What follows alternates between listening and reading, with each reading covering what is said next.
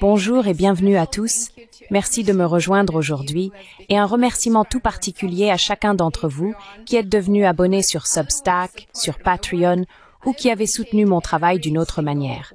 J'apprécie chacun d'entre vous. La dette nationale américaine a atteint la somme vertigineuse de 37 000 milliards de dollars à la mi-2025 et en ce moment, Donald Trump propose l'une des solutions les plus radicales à ce jour. Adosser le dollar américain à la crypto-monnaie et à l'or. Pour certains, c'est un geste visionnaire, un saut audacieux pour restaurer la confiance dans la monnaie américaine, mais pour d'autres, c'est irresponsable. Rien de moins qu'un pari dangereux qui pourrait déstabiliser les marchés financiers et aggraver la crise même qu'ils cherchent à résoudre.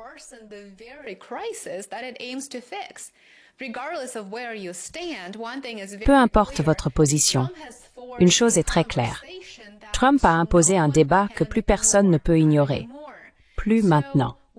Alors pourquoi cette idée est-elle envisagée aujourd'hui? Elle l'est parce que la situation actuelle de la dette américaine n'est plus seulement une question budgétaire. C'est une vulnérabilité nationale.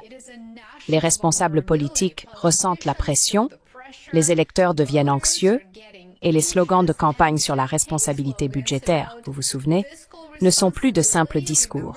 Ce sont des bouées de sauvetage politique. Les investisseurs étrangers perdent de plus en plus confiance dans Washington en voyant la dette nationale atteindre de nouveaux records chaque jour. C'est devenu un cercle vicieux.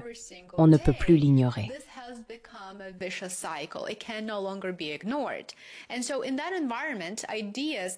Ainsi, dans cet environnement, des idées autrefois jugées farfelues comme une monnaie adossée à la crypto-monnaie ou à l'or semblent soudain dignes d'être explorées.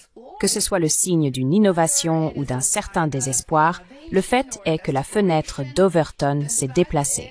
Ce qui était marginal est désormais au centre du débat. Parlons donc des chiffres. La dette américaine n'est pas seulement un chiffre impressionnant.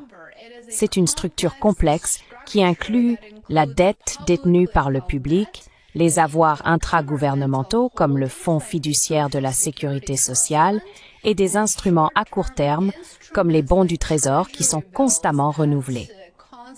Dans l'une de mes vidéos récentes, comme vous vous en souvenez peut-être, j'ai partagé les détails et nous avons discuté plus en profondeur de la structure de la dette nationale.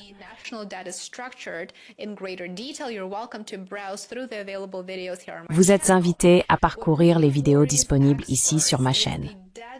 Ce qui inquiète vraiment les experts, c'est le ratio dette-PIB. Il est désormais plus élevé que lors de la plupart des grandes crises historiques. Ce ratio indique à quel point la dette est soutenable par rapport à la taille de l'économie et les coûts des intérêts explosent désormais au-delà de 1 000 milliards de dollars par an. Le gouvernement dépense davantage simplement pour rembourser la dette existante, ce qui réduit le financement disponible pour tout le reste, pour d'autres programmes. Cela crée un sentiment d'urgence et rend des idées non conventionnelles politiquement acceptables, même si elles sont techniquement incertaines. Alors, pourquoi la crypto? Pourquoi l'or? Eh bien, parce que chacun porte une valeur à la fois symbolique et pratique.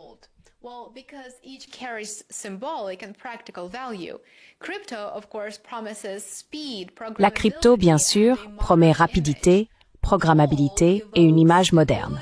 L'or évoque la stabilité, la rareté et la confiance. Les politiciens aiment les deux, évidemment, car ils apparaissent comme des solutions fortes et sonnent bien dans un spot publicitaire de 30 secondes. Mais, comme toujours, il y a une différence entre ce qui semble séduisant et ce qui fonctionne réellement dans un système financier construit sur des couches de lois, de contrats, de régulation et d'inertie institutionnelle. Soyons honnêtes. Voici ce que Trump propose réellement, ou du moins ce qu'il essaie de suggérer. Il propose de tokeniser la dette du Trésor en utilisant la blockchain. Il propose d'émettre une monnaie numérique garantie par l'État.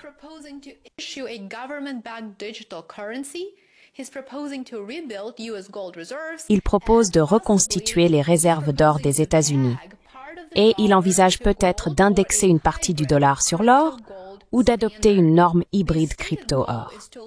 L'objectif affiché est de réduire les coûts d'emprunt, de restaurer la confiance dans la monnaie et de diminuer la dette grâce à la crédibilité plutôt qu'à l'austérité. C'est une vision audacieuse, mais tout dépend de la conception, des détails. La tokenisation des bons du Trésor peut sembler séduisante à certains décideurs, et cela pourrait effectivement améliorer l'accès au marché et la rapidité des règlements. Ce sont là des avantages indéniables de la crypto, mais cela ouvre aussi la porte à de nouveaux risques, comme les cyberattaques, les erreurs de contrats intelligents et le chaos réglementaire. Et ici, on pourrait se demander, des stablecoins ou d'une monnaie numérique du gouvernement américain?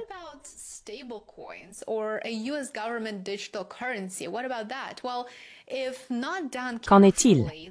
Eh bien, si ce n'est pas fait avec précaution, cela pourrait brouiller la frontière entre politique monétaire et politique budgétaire, ce qui donnerait l'impression, ou la réalité, d'imprimer de la monnaie pour financer les déficits. C'est le genre de décision qui ébranle la confiance des investisseurs, et bien sûr, cela ne renforcerait pas l'économie américaine. Le défi fondamental ici est de concevoir un système dans lequel la crypto améliore la transparence et l'efficacité sans provoquer d'instabilité monétaire. L'or semble sûr, mais en réalité, c'est une arme à double tranchant. Arrimer le dollar à l'or limite la flexibilité monétaire. S'il y a une récession, ou disons une panique financière, la Réserve fédérale ne peut pas simplement injecter de la liquidité car elle serait contrainte par l'ancrage. En d'autres termes, cela n'arrive simplement pas.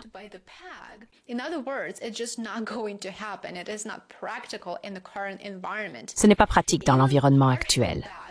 Même un adossement partiel à l'or pourrait limiter les options budgétaires et introduire de la volatilité si les prix de l'or fluctuent. Et concrètement, il n'y a pas assez d'or dans le monde pour soutenir le système financier moderne à son échelle actuelle. Pas sans provoquer une perturbation économique massive. Ainsi, l'or pourrait renforcer la crédibilité symbolique, mais il pourrait aussi accroître le risque de déflation, ralentir la croissance et entraîner des arbitrages politiques plus difficiles lors de chocs économiques. Que se passe-t-il lorsque l'on combine une infrastructure crypto avec des réserves d'or? Je pense que c'est une très bonne question. C'est en fait au cœur même de l'initiative de Trump. On obtient un système qui pourrait promettre un règlement numérique rapide avec la crédibilité d'un actif tangible.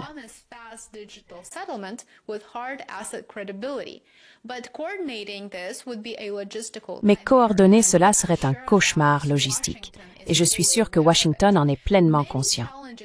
De nombreux défis devraient être relevés, tels que qui contrôle l'or, qui frappe les jetons, qui garantit la convertibilité, et la grande question, que se passe-t-il si les gens essayent de tout échanger en masse? Que se passe-t-il en cas de panique bancaire, en d'autres termes?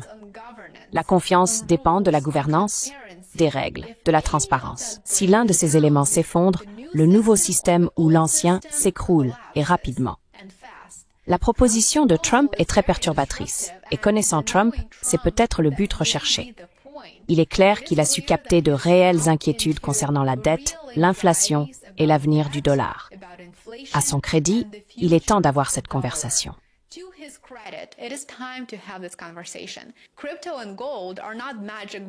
La crypto et l'or ne sont pas des solutions miracles.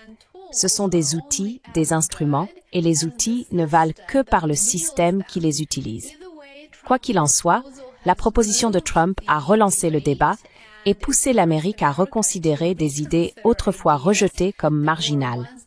Le plan crypto doré de Trump est-il un coup de génie ou de la pure folie? Dites-le nous dans les commentaires. J'aimerais beaucoup connaître votre avis à ce sujet. Merci d'avoir regardé. Merci de m'avoir rejoint. Votre soutien compte vraiment pour moi. N'hésitez pas à liker cette vidéo, à la partager et à vous abonner sur YouTube. J'aimerais beaucoup vous retrouver pour la prochaine. Et si vous aimez lire et souhaitez découvrir plus de contenu, retrouvez-moi sur Substack et Patreon. J'aimerais beaucoup vous y voir aussi. Prenez soin de vous.